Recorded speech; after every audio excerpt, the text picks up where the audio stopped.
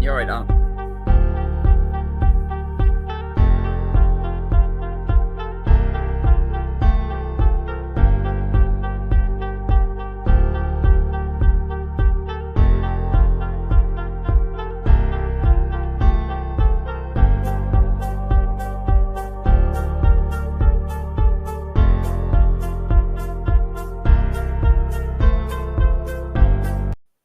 We still do 7 NUFC Matters show a week for free.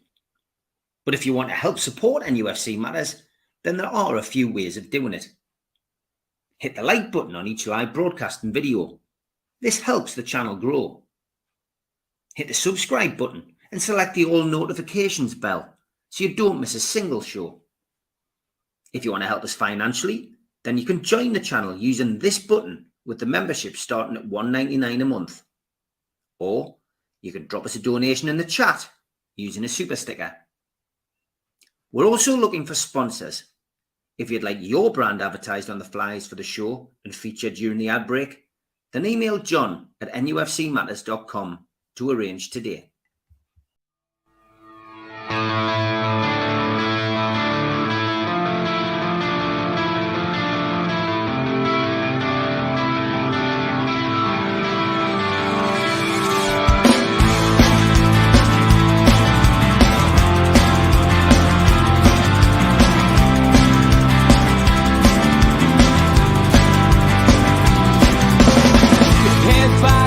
Critics attack. It feels like I've been talking to myself again. But it's the only way you're ever gonna learn. You look back and it's all in the past. I'm dwelling on the thoughts I cannot say to you. If I don't say the words that make... Good evening, welcome to NUFC Matters, or should I say to Darren, our roving reporter, bonjour. I'm only going to be over 5 minutes, boys. We'll come straight to you, Darren. How was your flight? So, mate, everything worked perfectly. Check-in perfect. Straight there. Well, Davey's here, Steve. Davey, all right? How are you, mate? Good to see you, mate. Good to see you. So, all good. You got there, mate, in one piece. How's the hotel? Everything's been bang on up to now.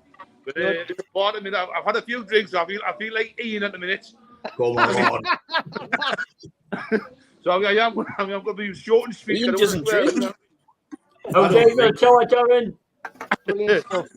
So have you bought yourself a pint, Dazza? Because you never frigging buy me one. There's me pint there, buddy. Yeah, good lad. There's mine as well. Cheers, mate. So Darren, you're at the hotel. You're having a few beers. Give it. What's the feeling like amongst the lads there? Is there confidence? I mean, they haven't took Sean Longstaff. Willock's not there either. Obviously, it's a depleted squad again going into this game. But how's the lads feeling? And give us your prediction. I like that, all right. They're just happy to be here. I think just have a good time. In the morning, just go for it. If we get beat, but as long as we get beat, having to go. You never know. We'll make it a 1-0 win. We'll hopefully get past the halfway line. Alan's days with everything, but yeah. Chelsea was a hard game, but football's a funny old game. You never know. Can have a go. If we get beat, it's not the end of the world. It's the experience we are for a reason. It's cost a small fortune to be here. So in it, in any day, what's the point being in it if you're not going to give 110%? You can have a good time, you know what I mean? Brilliant. Well, listen, enjoy yourself, Darren. Thanks for jumping on it. Hey, Daz. When I was the roving Enjoy, reporter, Darren. Exactly. When I was the roving reporter at Wolves, I had miles more time than you did. Have a good time, man. Behave yourself. I love you. Good to see him. Thanks to Darren for jumping on, and let's hope he has a good night and a safe night. So we'll look back at the game at the weekend first, George. Newcastle winning 4-1 against Chelsea. You know, reading the media, listening to some of the TV reports, you think it was all down to the fact that Chelsea just aren't the team that they once were, despite the fact that going into the game, Chelsea were on the run and they were going to be qualified for Europe, etc. So, I mean, you know, the media just made their own narrative book to try and put Newcastle down. But that was a good performance the first half, and it was an exceptional performance in the second half. With Absolutely. 3 goalkeepers on the bench and 3 youngsters on the bench. Well, it just, that's the Southern press narrative at the minute, isn't it? the other team plays bad, Newcastle never play good.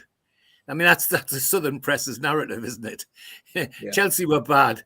It wasn't that we were good. Tottenham were bad. It wasn't that we were good because we beat them 5-1. Paris Saint-Germain didn't bring their best team. And Newcastle didn't play good. I mean, that's the narrative at the moment. That's how they get out of it. It gives them something to write that's not praising Newcastle in the northeast, which is absolutely disgusting.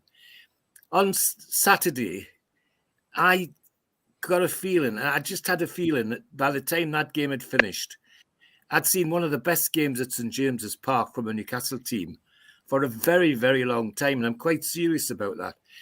If you go from one end to the other, there's only one player I have minor criticism about. And that's our goalkeeper. What the hell is he putting his shoes on hot or something at the minute? Because he's kicking and distribution is absolutely rubbish. But the rest, I mean, from Trippier all the way down to the front, they were just fantastic. The young ones,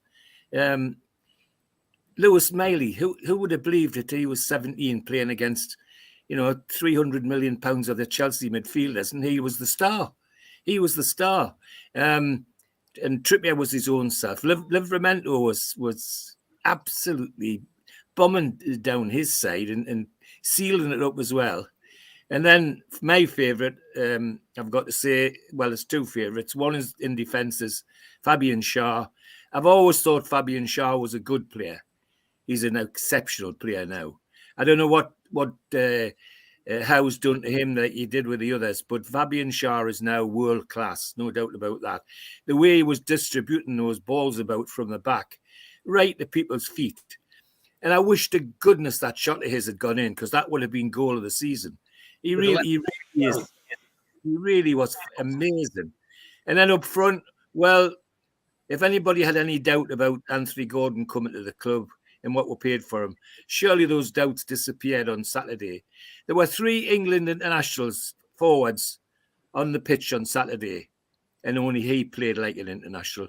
Sterling and the other one, the new one that Southgate decided to captain ahead of Gordon, wasn't even in the game, didn't even get a kick. Anthony Gordon just ran them ragged. And what a treat to see a black and white shirt going like that. Press can say what they like. It was a fantastic win. And also, they didn't get anything off that referee. They won the game because they won the game. Some of the referee's decisions, he was more interested in farting about the pitch with his white spray can than he was about the game. He was getting his white dots down, but that's all he was getting down. The rest, he just, twice or thrice, Bruno was brutally challenged. And he didn't even talk to the Chelsea player when both could have been yellow cards. And eventually, towards the end, Bruno reacted. And I'm not surprised he did, because he was getting kicked to death. Twice he went down. And what did the referee do? Get up, get up, get up, as though he was lying down. I can understand why skillful players like him get very frustrated when that's happening. However, we overcame all of that. I was pleased that Lascelles got the goal he did, because he must have felt sick giving the free kick away there. They got the free kick and scored the goal, because it was clearly his fault. They couldn't blame anybody else. But the important thing is, even he didn't let his head go down. He was still there at the end, mopping up the balls and clearing away, and it was super. What else? The substitutions. Paul Dummett come on and did his usual 7 out of 10. I like Paul Dummett. But the 2 young ones, I've got to say, one of them, I didn't even know he was a Newcastle player. I've never heard his name before. Well, they ran their legs off as well. Everything was 100 miles an hour for those kids, and good on them. Didn't let Chelsea settle. And I've never seen a Chelsea team, even with 10 men, submit like they did in the last 15, 20 minutes. If Newcastle had really put the gas on, it could have been a lot more. Great game. Loved every minute of it, as you can probably gather. And I am grateful to John and his wife for looking after us, to get us there and get us home. It was a great pleasure. And it was good to see Spenny and all, have a drink with Spenny. Good stuff. Antagonising Geordie said, I said yesterday that Joe Linton's goal reaction just shows the pure fight for the badge, passion, fighting as a family. Unreal. You're definitely right there. Lots of people said they couldn't pick a man of the match because it was a good team performance. Mark Byers said man of the match for him was Bruno by a country mile. He bossed the midfield, and I've got to agree, Mark. I do think he stood out. Trippier tends not to stand out for man of the match because he's like that every game. I think the other guy to pick out for me, other than Lewis Miley for obvious reasons, was Tino Livramento, who was exceptional at left back. You forget how old he is when you see him, and he looks like he's been there for the last 5 or 6 years. But all in all, I agree with you antagonising Geordie. It was a great team performance. It's quite unbelievable. I originally went for a 2-1 win. I changed it to 1-1 when I heard that potentially Gordon or Willock could be out before the game. But how far away I could have been, because this Newcastle team just defy logic, and the players coming on, the youngsters coming on, they may have only been on the pitch for a matter of minutes and then injury time. But as George said, they know what their job is, they know what to do, and the high press is there for all to see. Everybody knows their job, and on the pitch, Newcastle United are a force to be reckoned with. It doesn't matter whether. It doesn't matter, who is on the pitch. Everyone's got the blueprint. Everybody listens to what Eddie Howe says. And credit to Dan Ashworth as well. The players that they're bringing in and bringing into that under 23 level and under 18s level and academy level are all got the same kind of mindset. So it puts the club in good stead. It really does. And bringing through, Steve, because some of them were there anyway. Yeah, exactly. Yeah, things are changing massively. It's a massive positive. Kevin, a great win. Chelsea were, they were on a roll. They'd scored 4 against Man City. They'd scored 4 against Tottenham. We got that win against Spurs, albeit against a depleted squad with a red card that Spurs had. But they were on a bit of a roll. But Chelsea didn't, they don't travel well to Tyneside on the best of occasions. And I've got to be honest, they don't look any better than they've done, to me. And there's nothing to be worried about in this Premier League. There really isn't. Newcastle, when they get the squad back, I think they'll flatten teams even more than they're doing so now. But what was your take on that game at the weekend? Yeah, agreed with what George said and what you just said. But I think Chelsea were flattered to deceive. Yes, they've scored 4. They've scored, however many goals in the past 4 games, which was my worry after the first half and their counter-attack, because I thought, going into my tactical head-on, yes, it looked like we played a 5, but our midfield 3 were pushing too high. And Palmer got in between the space, and Sterling come in from the inside, outside in runs and stuff like that, and got in behind our midfield back 4, which created a little bit of a worry. Once we figured that out, even it happened in the second half, and Bruno was pushing too high and they were too flat. So there was just no depth. But however, across from minute 1, I said last Monday, if we get off to a good start, which we did, and we got the early goal, which was a fabulous. Even Eddie Howe said it with his post-match about Lewis Miley. Everybody as a 17-year-old would have probably just smashed that against the 3 centre-halves, midfielders combined, and would have just blocked shot, and they would have probably broke or lost possession of the ball, whatever. But he had the composure, and the phrase was beyond his peers or something of that nature. He's it looks like he's 12, but he's 17, but he's 6'5". I don't know how old. Check his birth certificate. He's from Stanley, so who knows? But the composure and the guile to recognise your centre forward who peeled in between their centre halves, recognise that pass, and the finish was just world class. But what put the cherry on top of the cake for me was Joe Linton's goal, and I mentioned it again last week, and he pressed by himself. Everybody else was like, okay, then you're going, and you've got to go win it, and he did. And that's what I was meaning by press with your head or press with your heart. Once that occurred, we had full control of the game before that point, but that really typified of what we're all about: winning the ball high, winning the ball back. Yes, go by yourself, but we'll have a structure in behind us. And it's a great finish, don't get me wrong, even though he should have scored. It was harder to miss his 1 from 3 yards than he actually did. But anyway, that's another talking point. But But yeah, overall, I thought it was just a very professional, again, Newcastle United performance, control the whole thing from after even they scored, which I thought was a bit soft. But you got them, you know, I thought the referee was quite fair when Reece James got sent off, because I thought that was even softer. But you get them, you know, that's football, is part of it. But again, look, we'll you know, steamroll them, which I mean, if they finish where they finish, the table doesn't lie at the end of the day. That's where they are for a reason. You know, Poch is a good coach. Yes, you can see what he's trying to do. It was like, I think Stu or Mitch said it yesterday, and the professionals was like a little bit watching like PSG, how they play. You know, they're drawing us out to press and want us to press so they can figure that out, but they couldn't do it.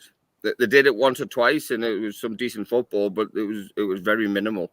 So yeah, happy with the 3 points, sorry, and looking forward to tomorrow night and seeing how we can handle the atmosphere in Paris, because I think it's going to be quite a hostile one. I think it's going to be a ding-dong of affair, you could call it that. I think it's going to be interesting. But yeah, like a pig in crap, to be honest. So it was a good weekend overall. Yeah, looking forward to tomorrow. Chippers, good evening, mate.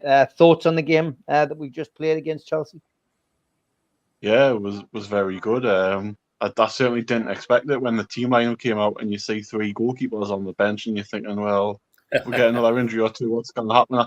I can't imagine Dubravka playing up front if we're getting injured to a striker or whatever. But yeah, it just shows you people need to trust Eddie Howe, and you know it just shows you how big of a difference when you have Bruno back from suspension, you have Isak back, you have Joe Linton in full pelt, you have Almiron 100%. Putting Gordon on the wing instead through the middle, like he did against Bournemouth, it makes such a difference. I'll go back to the point of what you just said there about the Southern media, because tonight they're talking about Man United in the title race, and I'm thinking they're only a point above us. And if they're in the title race and they're only a point better off, are we not in the title race as well? And considering we've got 8 players out injured, so again, it's just, you know, we don't get the praise that we deserve. And to be honest, I don't mind that. We can go under the radar and do what we're doing, we keep getting the results while we've got players out, because then eventually they will start having to talk about us. But I just thought like as you said there, all the players that are coming in know their jobs, know their roles, no matter who they are, whether they're a good name or the names nobody's ever heard of. And to me, I'm glad that Miley hasn't been talked about as much, because of, I think they're talking about more about what Garnacho did yesterday, because it's felt like you don't want to like praise him up too much in case he does have a bad game tomorrow night if he plays on next Saturday or whenever. Prefer it like that. Just keep him going, keep his head down, keep him going in the right direction. So all's good. Yeah, it was a very good performance, and I think if there's one person that symptomizes the whole thing was Reece James. I think 2 years ago they beat us 3-0 up here, and he was the best. For me, he was the best right back in the country because he was outstanding that game. And Saturday, he was just the complete opposite. His regression is ridiculous, and obviously that's down to Gordon being outstanding. But if there's anyone that sums anything up, it was him, because he's gone backwards. And I think that's the way Chelsea have gone. They've gone backwards despite spending all this money. And we've spent money wisely, and we've gone forwards. So that's it, really. And yeah, I'm chuffed a bit to one. And of course, them lot doing the road lost to Plymouth, so boo hoo. But yeah, happy days. He's still a good player, but he hasn't got a good attitude. That's what I've seen. Well, I think he's had so many injuries as well. He's just not fit, is he? I don't think he's getting runs of games. As soon as he comes back, he gets injured again. Doesn't play run of games, but you know, he'll still get picked for England because of Gareth Southgate, you know, because he's clueless. But I just think, you know, he didn't like us singing that his sister was better than him anyway. Yeah. She is at the minute, like. Classic. Barry, thoughts on the game of the weekend? Yeah, they were class, weren't they? I think everybody had their concerns when you look at the team that were put out, not the starting 11 necessarily, but the concerns about the bench. But the thing is, Steve, the way we play, the passion we've got, and the quickness and the pace and everything we play, it suits the young'uns down to the ground. they're obviously getting trained in exactly the same way. Like we've said it before, Kev's been through it before, that it's the same structure all the way through the club. They're getting the same training methods, and they're just slotted straight in. They looked absolutely class. Miley was unbelievable. Isaac, you're so glad he's back, because it gives us that focal point up front again, which I think was the only concern I had with the games coming up, that trying to play Gordon in a centre forward sort of role doesn't work. We need somebody who's an out and out forward, and I think Isaac he looked incredible for somebody who's been out the amount of time he has. It's just crazy, and it's like the guys are saying, though, it's the press is having a field day. They're still talking about the Arsenal game. There was a news article on again today about how far the ball was out in the Arsenal match, and you just thought, come on. We've just turned Chelsea out as well. It's not a one-off. We would have beaten Arsenal regardless whether... It's just, for God's sake, for me, the best thing of the match was watching Pochettino's face. He's a cracking coach. He's up there, and he was well pissed off towards the end. You could see it in his face. He's had enough. Almost, he was like at the stage where you just think, oh, he's going to lose the plot here, which he is a really good manager. Chelsea are a quality team. I think the kids who were coming on are doing us proud. We're down to the bare bones now, because we've obviously lost Longstaff. He's not going to play against PSG. We've now lost Willock as well. I think Spenny needs to get needs to get an up-to-date kick, because I think he's going to be getting a game soon. I think he's going to be playing a centre-half the way the injury list's going. That's my prediction for the weekend. That's where we're at, to be fair. Like, if the injuries get any worse, we'll be dragging people out of Shearer's to play, or the kit man might have to have a game. But that's a valid point. Anyway, anyone getting carried away and think we're going to win anything this season? We're going to move on to Alan now. No, but it was unbelievable performance, Steve. Well said. I'm not getting carried away at all, as you can imagine, but it was fantastic by a man. I would just say, George highlighted Lascelles. Until that moment he scored, I thought he was poor. But everybody else, and for the first time, I thought Gordon was outstanding. He made an impression on us in this game. I thought he was, in my mind, the man of the match for me. Anthony Gordon was fantastic. I really did. I thought he showed why we bought him, and the Everton fans are cringing that he's there and they still don't rate him. But every time he scores a goal, it just makes that £40 million fee worthwhile all the world. The young lad, Lewis Smiley, that pass through was a mature professional. Seasoned pro couldn't have done a better job than that. The vision he showed to put Isaacs in was fantastic. Overall, fantastic performance, lads. I didn't see it coming. A point that you made on the professionals, Steve, and I put a little point on it. You know, when the team sheet was given out and I was watching it, my heart sank.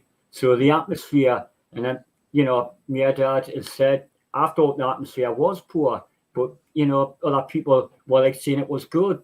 We'll come to the atmosphere. We'll come to the atmosphere. We're going to come to that. I don't want to do that now. We will come to it. I'm going to give everybody a chance to have a say about it. You say it's like, you know, it's what he's probably thought, that atmosphere was better at other games. Well, we'll come to that. So we'll move on to Spenny and talk about the game. Spenny, but it was man of the match for me was Anthony Gordon, and long may it continue, lads. I just want the lads back, the injuries back, you know. Well, we all do. We all do. Keep on the football, Spenny. I saw you shaking your head there. We'll come to the atmosphere in due course. Give us your view on the game itself, Spenny. I think it was a hell of a game. Like George says, one of the best games Newcastle's played, because what they had in the team, especially. You got that young lad, Miley, from Stanley County Durham, talking to his mum today at Stanley, saying how proud he are on that of him. And they always said his brother's better than him. So if his brother's better than him, what's he doing? But like I said, the game, like Kev said there, the first half, they were killing us in the middle of it.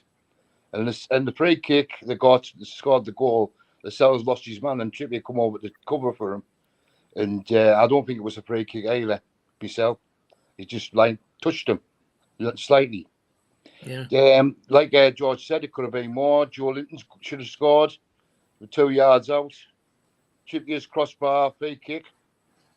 All close ones, could have been 6 or 7 easy, that.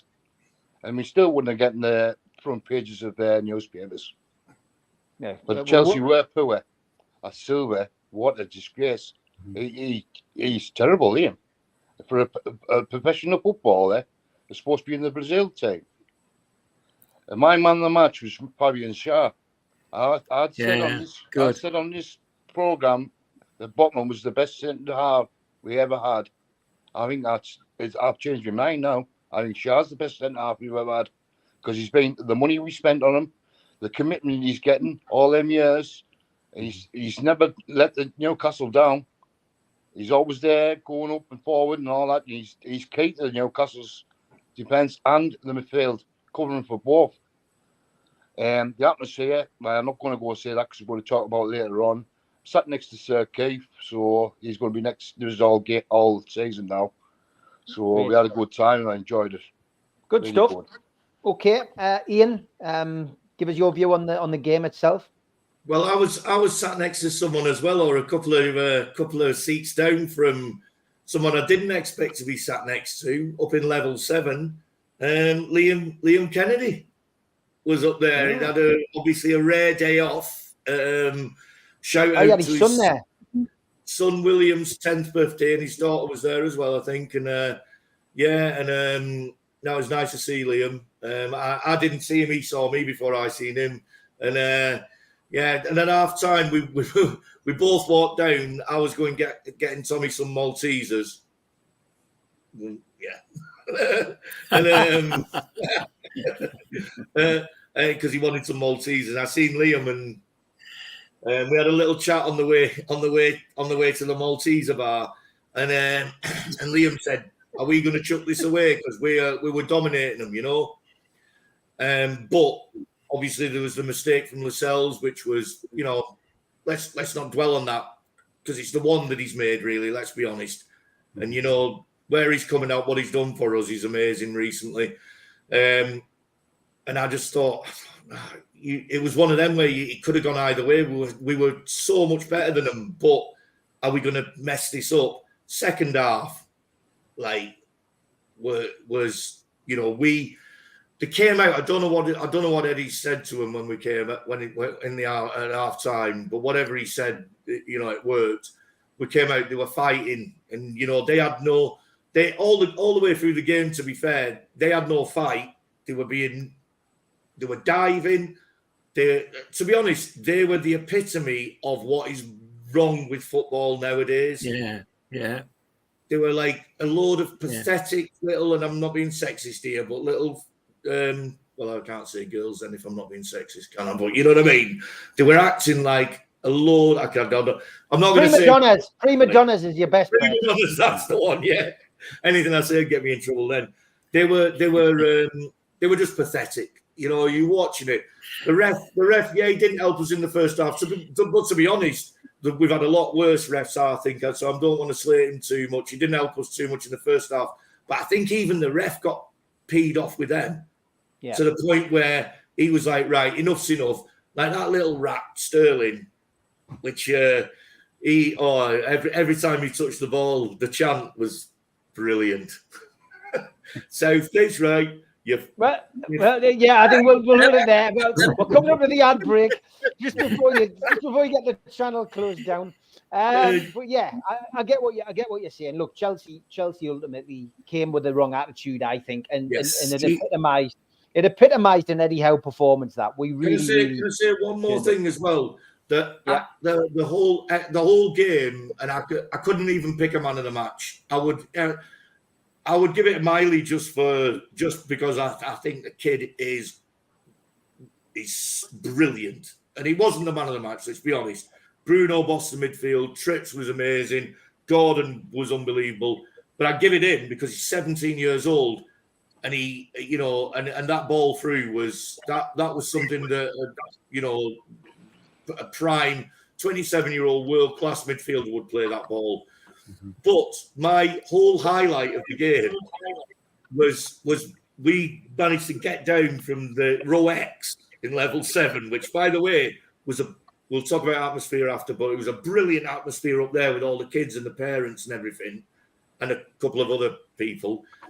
But we managed to get down to see that the kid, what's he called, who came on up front, and he ran. He's sharp and what's he called?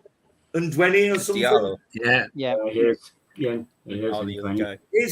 His face, his smile, you could see it from level 7. He was absolutely buzzing to be on the pitch playing for Newcastle United. You know, like, and I just thought, you know what it is? That what a proper. That's what a club's about, and that's what our club's about. And then you look at Chelsea and you think, you know, I felt sorry for the Chelsea fans. Yeah. You know what I mean? I did. Yeah. Okay. That's halfway through the show. We're going to go to the ads. We'll be back after this. A big thanks to all our sponsors. Skips and Bins, telephone 0800 25 45 25 3. Email inquiries at skipsandbins.com. Website skipsandbins.com.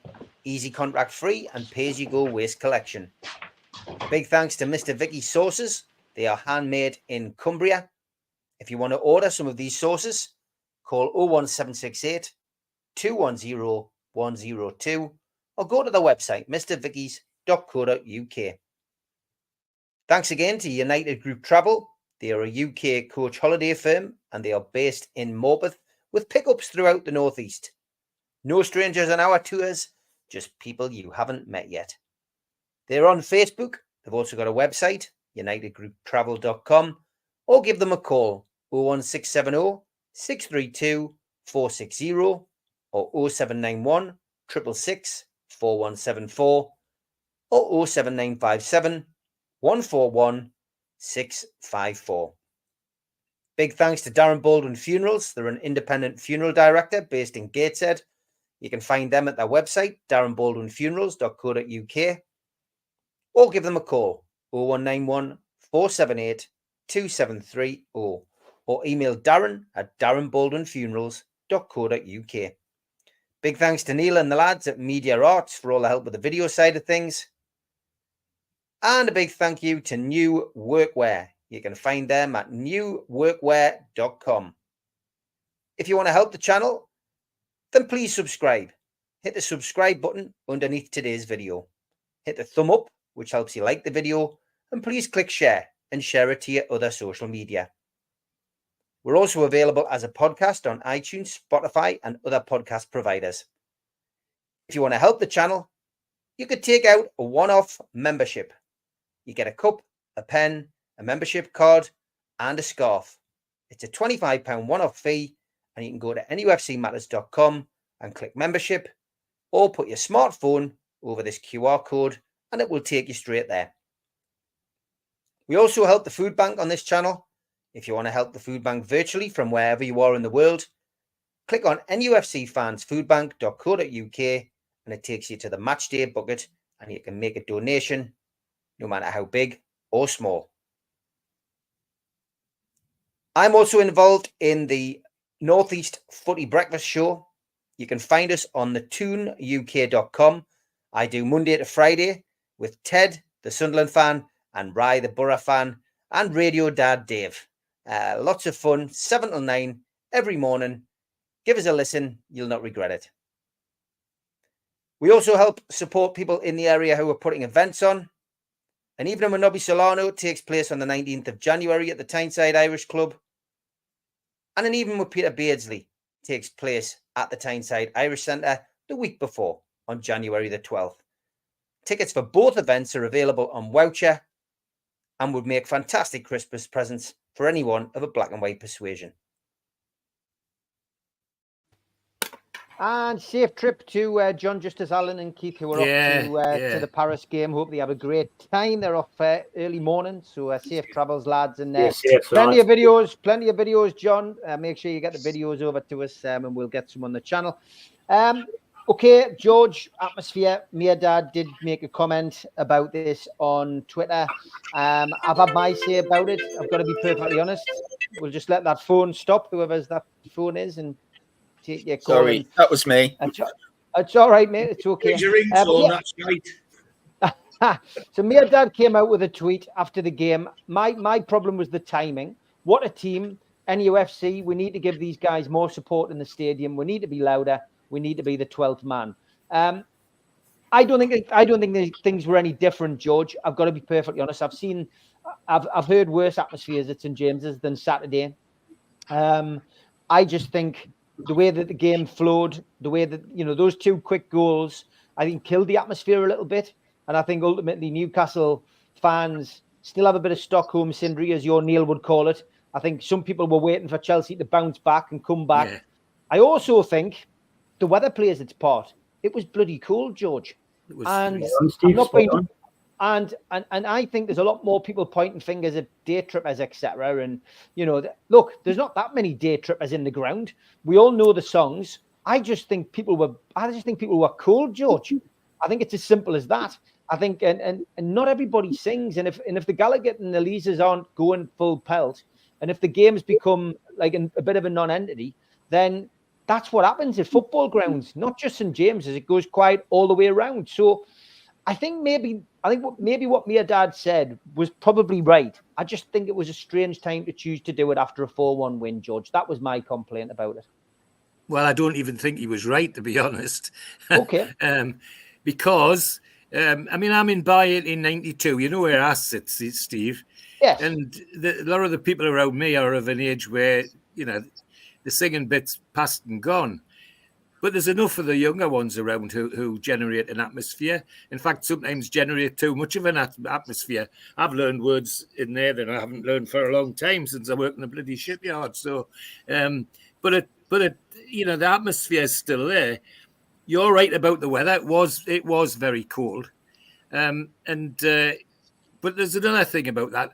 There's day trippers where I am as well. So the point about people coming in on one-off tickets who have nothing to do with Newcastle United, just want a good day out at Newcastle and the football match is something to do. Well, that can't do any good either. But Mia Dad's got to take some responsibility for that, because they've grown because of the way they've organised the tickets. That's part of the problem.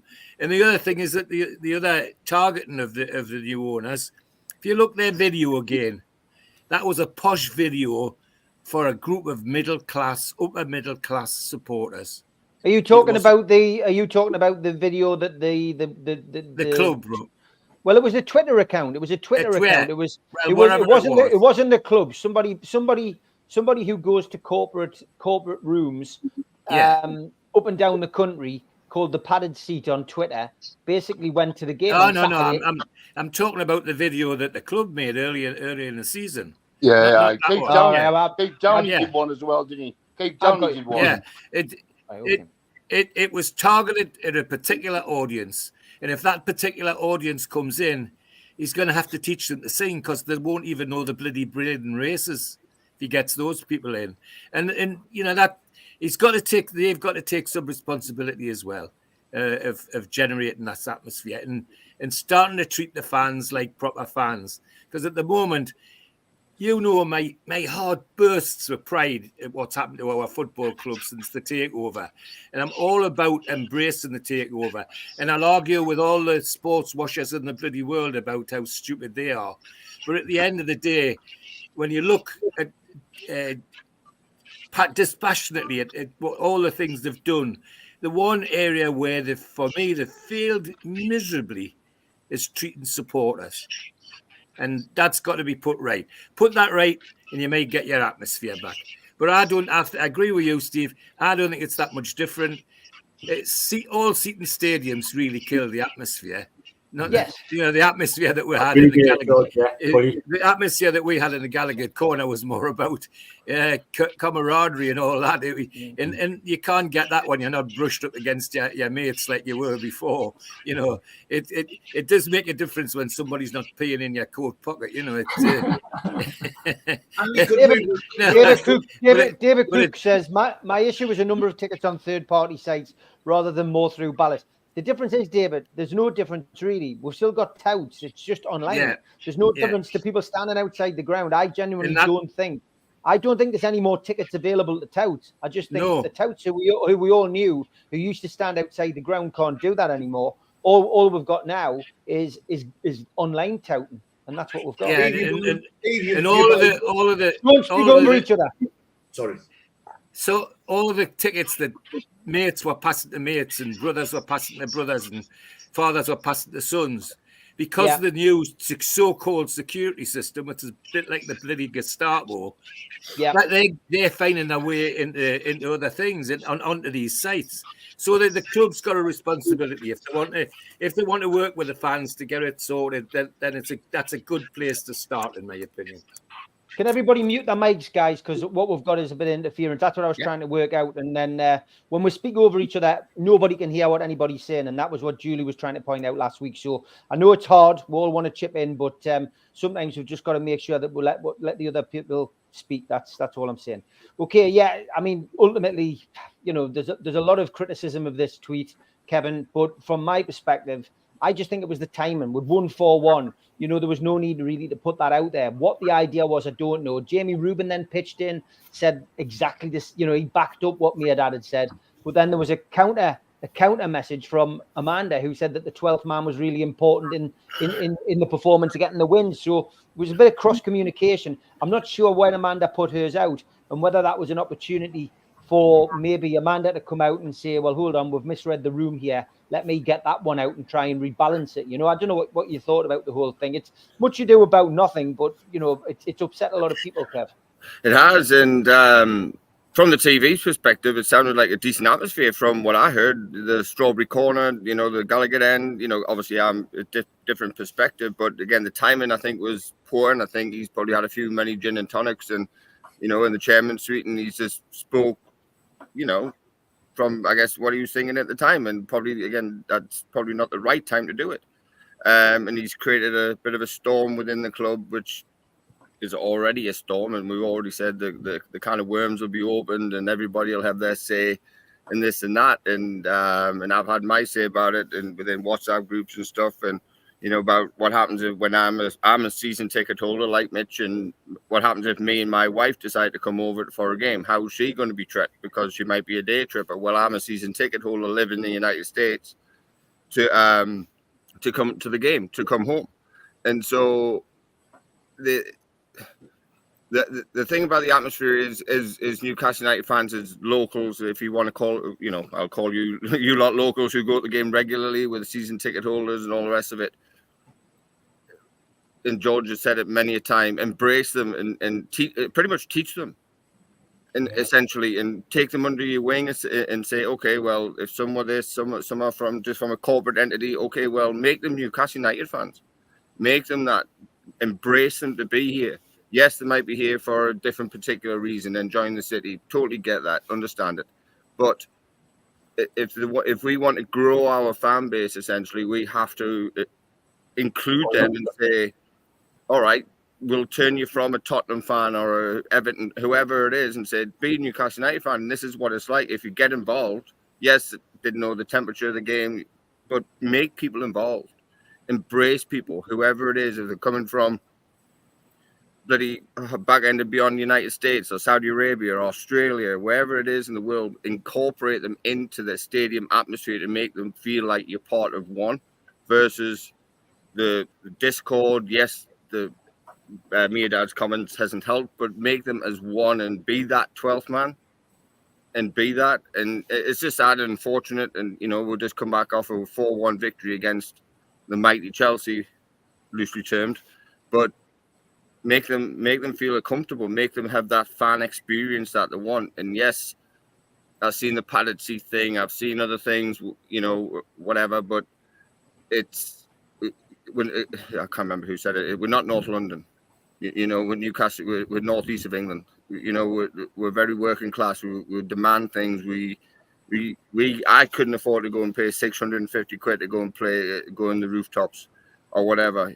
I couldn't do that. I can't do that because I'm a Geordie essentially, and that's I wouldn't do that. But so yeah, it's very sad. We're trying to grow as one and trying to grow together as a club, as a team, as a full fan base.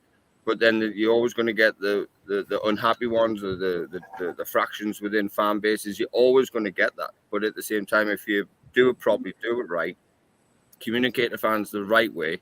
Yeah. There was never even an apology. There was never even a said, oh yeah, maybe said, but you shouldn't have to do that because it shouldn't be said. Get behind the team. Yes, with a great result today, you were the 12th man. done. You didn't have to say about the atmosphere, because I thought it was quite a decent one, to be honest. And I've heard, like you and most people on here, worse than that. Yeah. Okay, Chippers, do you think it was a bit of a reaction maybe to the situation we saw with Kieran Trippier the week before? You know, Trippier had an altercation with a supporter, verbal altercation, and you know, maybe it was a little bit of show of support for the dressing room. I don't know. I mean, Dad clearly felt where he was sitting, it wasn't very noisy. Everyone's got different opinions depending on where they sit, but I just think I don't think it was any different. I've been to worse matches this season, and he's not said anything like that. I don't know what you thought. Yeah, well, obviously I was at work Saturday night, so I seen the game, watched the full game yesterday, and I had the sound on quite loud, and I thought the atmosphere was all right. I don't know. Well, I don't know whether what I don't know why he said it. To be honest, I found it a bit.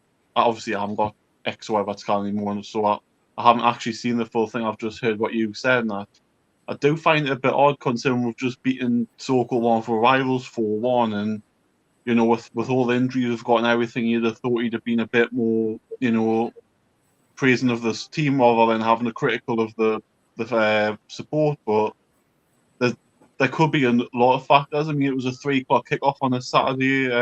When do we have them? We rarely seem to have them anymore. It's either usually a late kickoff on a Saturday. We've either got a Sunday kickoff or whatever. I'm not going to make excuses for it, because I was half expecting them to come out yesterday and say, listen, it was meant wrong. I didn't mean to say it. I apologise, or just delete it and move on. You know, I could also think of him. He might be hinting at a stadium expansion or something like that, where he wants more fans in the ground. Who knows? Or he's the only person that can come out and ask to say why he said it. But obviously, we've heard nothing from him since then. So who knows? I just think it's, you know, criticising the fans is a dangerous thing to do. I know they've done really well since they've come in, but criticising the fans over something like this is something you don't want to do. It's considering they're the ones that pay the money, they're the ones that turn it week in, week out, you know, and ultimately are the roots of the football club. So, but we'll have to wait and see whether he comes out and says anything, because, you know, I just think the way that the situation is, I don't really like it, because we shouldn't really be talking about this after beating Chelsea 4-1. We shouldn't really be into this situation. It should be a case of we should be all on the right gravy train and all saying how good we were, not somebody coming out and saying, oh, the atmosphere was crap or whatever. We should all be celebrating because of the situation of what happened. I mean, some people think we shouldn't be discussing it. I'm going to move on to Barry. Barry, some people think we shouldn't be discussing this because it's negative, because ultimately it's, you know, like Chip has just said, we should be talking about football. But this is quite important when an owner comes out and says the atmosphere isn't good enough, which is essentially what he's saying, and we need to do more. So is he right, Barry? I think for me, and obviously I've listened to it a few times. I've read it a few times, trying to get the gist of exactly what he's looking at. I mean, you've got these owners who, as George keeps saying, 95% of what they've done has been perfect for the club. It's all pluster for the club. But I do think they're letting the fans down. They're pushing this corporate angle into the club, more money in, fans from not necessarily the Newcastle United core fans area want to come and watch the match, paying a huge amount of money to come and see it. And these people don't care whether they're watching Newcastle or not, Steve. It's they're watching a game of football. It's moving away. I mean, I've said that. I don't go to all the games, but the 2 or 3 games I've been to, I was disgusted with the atmosphere in some of the areas I was in, which was very much a corporate area. I'm not saying it was some of the areas that you guys are necessarily in. I mean, one game we were at where Supermac was there doing the halftime talk, and half the people in the room didn't know who he was. And I was absolutely disgusted with some of the corporate fans who were in amongst there. And if you've got that dotted about all the way around the ground, the atmosphere is going to be flat, because you're not going to have that group. And the fans, like George said, we all stood together. We got weed on, you got shouted at, you got the whole... That was when we built the atmosphere. That was when we grew up on the terraces as one group and shouted for the team. We're in danger of losing that. You can't force the corporate. We are getting dragged towards an upper class supporters group. That's what it feels like. We're heading towards middle class. And the owners want us to be in upper class because you get more money through the doors, you get better finances in, you get better sponsors. And we're in danger of losing the lower level support that Newcastle have always had. It's a working class area. That's my worry. And I think the need to find a way to incorporate both sides of the coin. You're never going to do that now. The working class game is gone. That left with the inception of the Premier League and the Taylor report bringing in all-seater stadiums. The working class man was priced out of the game. It became a middle class game and a corporate game. Now the middle class run the risk of being forced out, and that's the price of success, Alan, isn't it? If you want to be, we may have owners who potentially could make Newcastle one of the richest clubs, if not the richest club in the world. But those people don't come in and blow their money. They come in, they want the club to be sustainable. The PIF model will be to come in and to spend, which they've done by buying the club. They've spent big in transfer windows, but now they want to see something for their money. They also want to bring in youngsters into the club, and they also want to develop an academy which churns out players that they can produce. So it's, I guess this is the price of success. And if you can't afford the ticket, you get priced out, Alan. I totally agree what you said. And what Barry said, actually, Steve, I don't know if any of the lads saw the Man City-Liverpool game. It was like a City morgue. So our game against Chelsea actually was fantastic. And a lot of people have commentated Man City and Liverpool game, the atmosphere was dead for a top-of-the-table clash. Our game was fantastic. But I agree with some of the comments as well. I've been in part of the ground where it's been, like Barry said, it's been dead. And I've looked at my end where I used to be, where all the lunatics are, which I'm part of it, and the Gallagher end. And we were singing from non-stop, and the atmosphere has been fantastic. But in level 7, at the other end of the ground, you can't hear them, Spenny. And so you're thinking, God, the atmosphere has been rubbish. And then I went over the other side to my brother-in-law's, and they said it was fantastic atmosphere. So I do think it's where you are on the ground sometimes. And when you think of the owners sitting there and they've seen the atmosphere against PSG, I think it's been slightly taken out of context, Steve, to be honest. I think it's like we've got loads of injuries. Let's come on, support the team better going forward, because we know we're going to be in, it's going to be really tough in the next 5 or 6 weeks. But I agree with everything you said, Steve. Going forward, I mean, the corporate side of it, and building on that, and like Kevin said about fans from around the world, we need that, lads. The days of just thinking of all the locals coming in, Steve, like you said, and the professionals are gone. And there's more on these after match reaction shows. When you see fans coming out, what do you think of that? They're from Scotland, from south of England. Now, all got tickets, and I don't know how, but they have. But that's the price of success, really. That's everybody wants to come to see Newcastle. I will keep repeating it on here, and I've been out with my old school teachers today for a bite to eat, and I said the same to them. One doesn't like football, the other one's a Sunderland fan, so you could probably say he doesn't like football.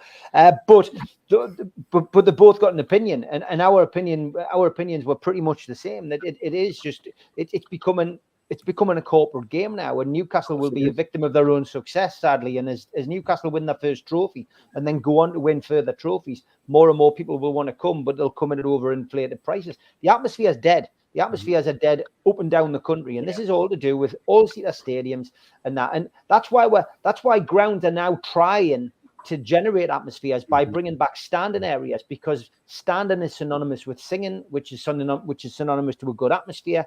And that's where we're at now. Clubs are now trying to bring atmospheres back. Well, it's too late. You've killed it, because an atmosphere was spontaneous, and an atmosphere relies on what you see on the pitch. And if the players are doing it, the crowd responds. The biggest cheers you get at Newcastle are when there's an injustice against Newcastle. That's when it's its best. That's when it's its most intimidating best. When there's a decision goes against Newcastle. But even that, because of the rules of the game, is being taken away from St James's Park in heaps, because VAR is there. So now you can get angry about something, and then VAR overturns it, which again kills the atmosphere. So I think maybe his mere dad wanted to make a point, and he probably didn't make it in the right way. And I don't think he's got anything to apologise for. I just find it rather strange at the time that he chose to do it. Maybe he meant, we've got 9-10 games in 30-odd days. We need your support more than ever. We need it. If it had been that, that's how I took it. That would have been different. But he didn't word it correctly, I don't think. And since then, that's it. And Eric, good evening. He's saying since PSG, we haven't been able to match it. Yeah, PSG was almost like a hiatus. It was the best atmosphere for a long time. I still don't think that was as good as Shearer's testimonial. Newcastle 5-0 against Manchester United. Newcastle's 5-1 win against Sunderland on Halloween. Barcelona 3-2. I think those atmospheres were better. I don't think PSG was as special. It was special for a younger generation, but it was nowhere near as good. Andy Cole's 40th goal in the league, that blew the roof off at St James's Park. That for me was, my ears were tingling. PSG wasn't like that. Not where I was sitting anyway. But just one little further point, Steve. I go on a lot of the away fans' blogs watching the game from their end at level 7, and quite often they'll go, "Where's your famous atmosphere?" Yeah. And yet I've been in the ground and I've never stopped singing. And I'm thinking, well, we've been singing. And to be fair, lads, you cannot hear the home fans when you're up there. And you might be singing, the atmosphere might be great in our eyes, but in the top end, level 7, it's very quiet actually. And the way that the ground is the way the ground is set out as well. That corporate area, the Platinum Club, Bar 1892, then the press box, then the director's box. All of those areas are not going to sing. They don't sing. A lot of those people, that's where the day trippers are. It's crazy. It's crazy. Spenny, you're always opinionated about this. What was your thoughts about the game of the weekend, mate, for the atmosphere and Mia Dad's tweet? Bullshit. Yep. The atmosphere was the same as it usually is, where I see it. Gallagher was bouncing, East Stand was bouncing, even with the bingo dabbers. Yeah. And you've got the Milburn stand, and even where George was sitting, I could see him singing, because he kept pointing out where he was sitting. There's nothing wrong with that atmosphere at all in that ground. Yeah. Monday, Stevie came out and turned around and she said the atmosphere was brilliant. Thanks for the 12th man. Yeah. So there you go. There's nothing wrong with the atmosphere of that ground on Saturday. Simple as that. Strange to hear this, Ian. Ian, thoughts? Because I mean, you go to the games. You're in there. You're in there with the Ben. I'm sure he's enjoying himself singing away. But I mean, what was your thoughts on Mia Dad's tweet of the weekend? My thoughts on this tweet were either it was really misguided, because I'm with Spenny and I'm telling you now, like the last 2 games we've been to, because we were failing on the ballot. We're not talking about tickets here before anyone starts peeing and moaning. But I've worked out that if I apply for tickets in my son's name, who's 13, and he buys me a ticket, and we're going level 7, me and him get a ticket. So that's what we do. Right, in the family area. I'm honestly, that was one of the best atmospheres I've been in this season. And I was in the Gallagher for Villa, which was unbelievable, like right next to the singing corner, Strawberry Corner. And there's been a few good games that I've been to this season. The games where I've thought the atmosphere has been poor, I've been in Lee's West Corner, which last season and seasons before has always been good. I've been looking around, nobody singing. It's embarrassing. So you're standing up when stand up if you love the tune, and no one standing up, and the basics that you need, that anyone can do. Not interested. That game, in my opinion, and I know it's different for everyone because everyone's in a different area. But I'm sat with a load of parents and kids, and you can ask Liam, because he was literally 4 seats down from us on the same row. It was mint. It was great. The kids were starting chants off. You know what I mean? And honestly, it was really good. It helps when you've got a couple of lads next to you who've had a few drinks, and I don't know how they were in there because they didn't have any kids, but I'll not complain because they were brilliant. And they were starting chants off. Me and Tommy were chanting. Everyone's singing. For me, it was one of the best atmospheres this season. It was hard work first half, but then once these controversial moments happen, everybody kicks in, and I thought it was really good. With regards to Murdoch and Jamie's statement, it probably was a little bit muted where they sat because they're surrounded by corporate muppets, prom butty parade, which they need in, and I'm not being horrible to them. if they want to get an atmosphere, go and sit in the strawberry corner. Yeah. Or stand, should I say? You know, you want to hear your fans singing, go and stand there. You know, there was no, from where I was sat or stood, because I was row X, and so there's only a Y, because for some reason there's no Z up there in the gods. It's the road. Everyone was stood up and everyone was having it, and it was really good. So I'm with Spenny on that one for once. And I hate to say it because I think Spenny's the right knob, but I'm with him on this. But like I said, it's like doing a show with Roger Melly. It's like doing a show with Roger Melly on a Monday. I'm here all week. I'm here all week. Going to go back about the corporate, they can go into the corporate boxes for me, as far as I know. You can't even wear your bloody job in it. You can't wear Newcastle top in the corporate seats. Yeah, no, you can't. So you can go and toddle up and sit there and have your bloody whatever you have, prawns or whatever, and champagne. I go to the matches to be sitting with my mates and have the atmosphere. I don't go for bloody put on fucking sandwiches and that shit. No. Okay, we're going to go to you, George. We're coming to the end of the show. PSG away tomorrow, Champions League. Give us a prediction, George. Unmute yourself first, though.